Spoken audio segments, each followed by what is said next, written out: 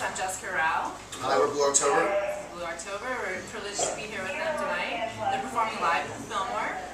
And we have a couple questions to interview them and ask them how their day is going, first of all. How's Denver treating you? Awesome as always. It's great. Yeah, it's beautiful. It's always, it's a little rainy, but I love the rain. Nice and rainy today. Yeah. And being from Texas, I know a lot of Texans come up to ski for vacation. Do you guys ever have any childhood memories of doing that? No, I wasn't able to. Steve, did you? Yeah, my grandma lived in, was it Broomfield? Yeah. For, oh goodness, she worked for AT&T for like 25 years or something like that. So I've done Winter Park, to other places. And question, snowboarders here. I'm too scared. Ooh, I see fancy tricks on that. Okay, another question for you. So, how did Justin's stay in the hospital in October of 1999 influence the band name? I have to say I was admitted in October, and it was kind of a different thing. It was like a total different role. Kind of like where you take all your negative shit, or excuse me, you take all your negative stuff, and you make something positive out of it. So when I got out, it was kind of like a push towards making Blue October sort of like a positive thing that you take your negative and you make it into positive. So did you make it kind of like Picasso's Blue Period, and then I don't know about that. I don't know about that. I just made a band and said, let's write about stuff that is messing with my head, or write about stuff that might be messing with his head or his head, you know, and or other people's heads, and make it positive and do something good with it. That's awesome. Yeah. I like that. Thanks. And what's some of your most influential bands today that you admire or you like? I like Lil Wayne and Kanye West, and I like Peter Gabriel, and I like Coldplay. All Depeche Mode's always been a fan of mine, but currently I was into there's just a female singer-songwriter, Randy Richards, great record. Kind of in between records right now. So what do you guys listen to too? I always listen to Radiohead and like try to dig up some Cure every now and then, and always listen all the time. I'm always listening to Long Wave. They're on tour with us right now, and a band called or a singer-songwriter named Ray LaMontagne. Yeah. Very chill, very cool. Nice. I'm stuck in the 90s. Oh, we admit it. That was like 92, 93, right? That was the James.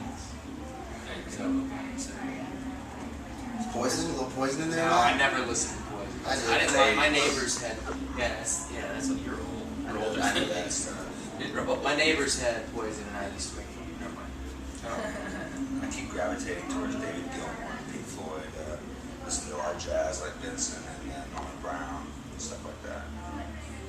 Okay, and recently you worked with producer Steve Lillywhite, and he's done large bands like U2 and Dave Matthews Band. How was that? How was working with him? He's amazing. He's a certified genius. I mean, the man knows how to take what's in your head and make it better. You know, just really sort of positive influence on whatever ideas that you have.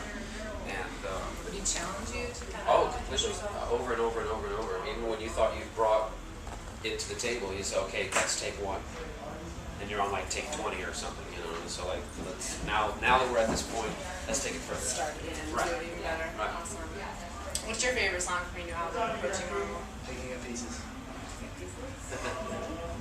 The end. Like, Should Be Loved in My Never. I think I'm at jump rope right now. We all like something. That's good. That shows you that you made a lot of good songs, right? Yeah. That's a good time. Now, what do you think your defining moment was when you guys sat back and said, hey, we made it to the big time? When do you remember that? I think it was when we played the Samurai Saki House in Oklahoma City. Yeah. Yeah, that was it. There was like 5 people there.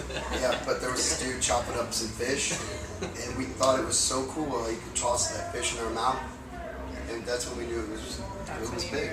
So when Jay we Leno, had done all it. that, so you know, good in there. it's like Jay Leno had nothing to do with that. I think Yeah, one the of the Saki big House things- was much bigger. One of the big things for me was like walking up to our first bus, like getting Yeah. out of our van and walking up to the meeting point and seeing our first bus. That was Yeah, I would have to say the first bus also. graduation. We had all been in band for like 6 years, 7 years, and we put probably 350,000 miles in 2 vans, and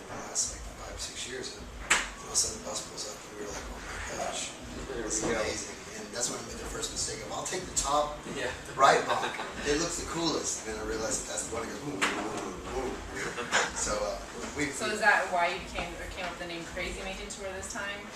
Because of the Crazy? bus? Yeah. No. Nice. But that was a Like good a try. jump rope. That was good. What was your Nice tie there. I think Crazy Making Tour? there's just a lot of stuff going on in our lives lately. Thank you so much, Elsie. A lot of stuff going on in my life personally that's just been out of control, spun out of control, but I've managed to handle it and managed to come out on top winning this time instead of being the victim and going, oh, it's so hard. It's like, get out of my way. You know, I'm going to keep moving forward and stuff. So as much as crazy making is kind of a definition of when someone tells you that they're going to, let's say I told you, tomorrow I'm going to meet you at 2 o'clock, okay? And then you get here at 2 o'clock and I show up at 3 and I never told you that. And you're like, wait, what? And it's just messing with someone said the manipulation of someone's mind, you know? And so it's kind of like when that kind of stuff goes on in someone's personal life, they have to get it out somehow instead of lashing out. So I guess this would be our crazy making tour, my way of lashing out, just my own personal way. That makes me crazy. Wait till the show, guys. Alright, so we have John and Tim the Switchfoot are brothers, and Jeremy and Justin are brothers. What is that? Like, how does that influence your trip, and you started together, and how does that work? They have to stay on opposite sides of the house. Yeah, is there actual Yeah, walls that we're go sitting on, like or over what do you here. Yeah, they what's throw going on? potatoes at each other and stuff. I don't like him at all. It's it's really hard. No, it's so easy. We got all our... Fights, thumb wars, anything? No, we There's actually... occasional thumb wrestling contest. It's like we run the business together also. It's like when we're off the road, he's together with the production company putting together this amazing light show and putting together this amazing, to make sure all the buses and everything is taken care of, make sure we're getting the right amount of this and that with the road managers. And I'm the guy going, okay, well, I need to be writing songs for the next album. I need to be preparing what we need to sound like, things like that. So pretty much have in a nutshell, we have a good team between us both working. You know, he's a great businessman and I'm more of a creative-minded man. You know, That's a good so pair. Is that kind of how you guys started together too? Like, yeah, decided he was our road manager when we first started out. We called him Daddy. Nice. He didn't like He didn't like that. He didn't like that. Whatever, Dad. And Ryan, about the mandolin and violin, Yes, ma'am. how did you fall in love with those instruments? Oh, wow. I think they fell in love with me. I was so young when I started that I went from piano to violin, then mandolin. My parents just kept handing me instruments. So it... Thank you, Gina. Kind of grew on you, like Yeah. all different kinds. Yeah. So, and, you know, when Did you kind of rock it hardcore, like you took it to the next level, you feel like? wait till the show. I don't have horns for nothing. Yeah, that's awesome.